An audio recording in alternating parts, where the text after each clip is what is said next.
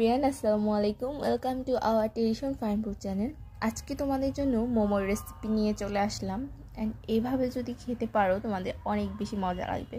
তো আজকে আইটেমে যা যা নিয়েছি মোমোর জন্য, চিকেন নিয়েছি, এরপরে হচ্ছে গিয়ে কিউব করা পেঁয়াজ নিয়েছি, গাজর নিয়েছি, 2 থেকে 3টা আমি হচ্ছে গিয়ে কাঁচামরিচ নিয়েছি।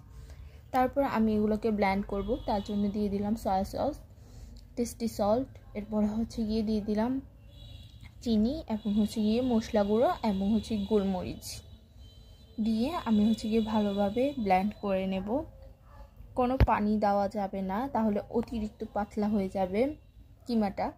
তো আমি এখন ব্লেন্ড করে নেওয়ার পর আমি হচ্ছে গিয়ে এখানে দিয়ে দেব ময়দা আমি অনেকগুলো বানাবো, তাই আমি আমার পরিমাণে নিয়ে নিয়েছি। যে যেমন বানাবে তেমনই ময়দা নিয়ে নেবে।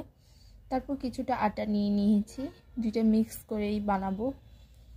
তারপর এখানে আমি 1 কাপ পরিমাণে আটা নিয়ে আমি হচ্ছে গিয়ে দিয়ে দিলাম লবণ। এখন আমি আটাগুলোর সাথে ভালোভাবে মিক্স করব, আটার ময়দার সাথে। তারপর দিয়ে দিলাম তেলটা একেবারে ভালোভাবে মিক্স করতে হবে।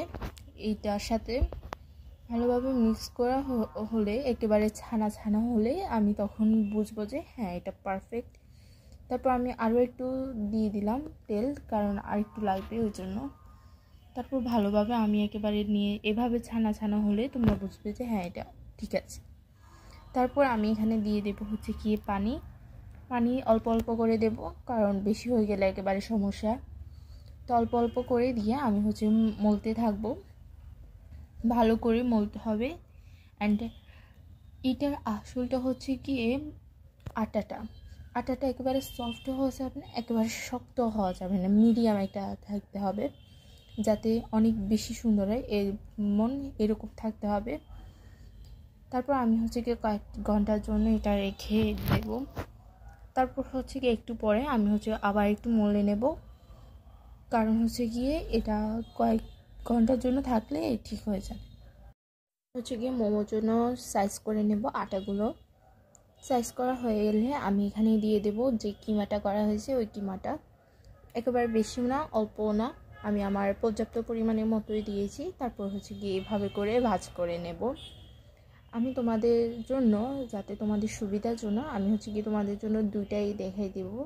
আমি এখানে প্রথমত একটা বানিয়েছি, পরেরটা তোমাদের দেখিয়ে দেব। সেম প্রসেসে, অনেক সহজ এটা, কিন্তু তোমরাও ট্রাই করবা, অবশ্যই পারবা ট্রাই করলে। এই যে এভাবে করে আমরা সাইজ করে নিয়েছি এগুলো সবগুলো। তো তোমাদের সুবিধার্থে আমি হচ্ছে গিয়ে আরও একটা দেখিয়ে দিচ্ছি, যাতে তোমরা পারো। এই যে সবগুলো বানানোর পর এগুলোর ফাইনাল লুকটা অনেক বেশি সুন্দর হয়েছে। অ্যান্ড আমি হচ্ছে গিয়ে এগুলো ফ্রোজেন করে রাখবো, তাই আমি হচ্ছে গিয়ে বক্সে রেখে দেবো। তো আজকে মোমোর রেসিপিটা তোমরা অবশ্যই বাসায় ট্রাই করতে পারো। এই রেসিপিটা ভালো লাগলে লাইক কমেন্ট শেয়ার করে আমাদের পাশে থাকবেন। আল্লাহ হাফেজ।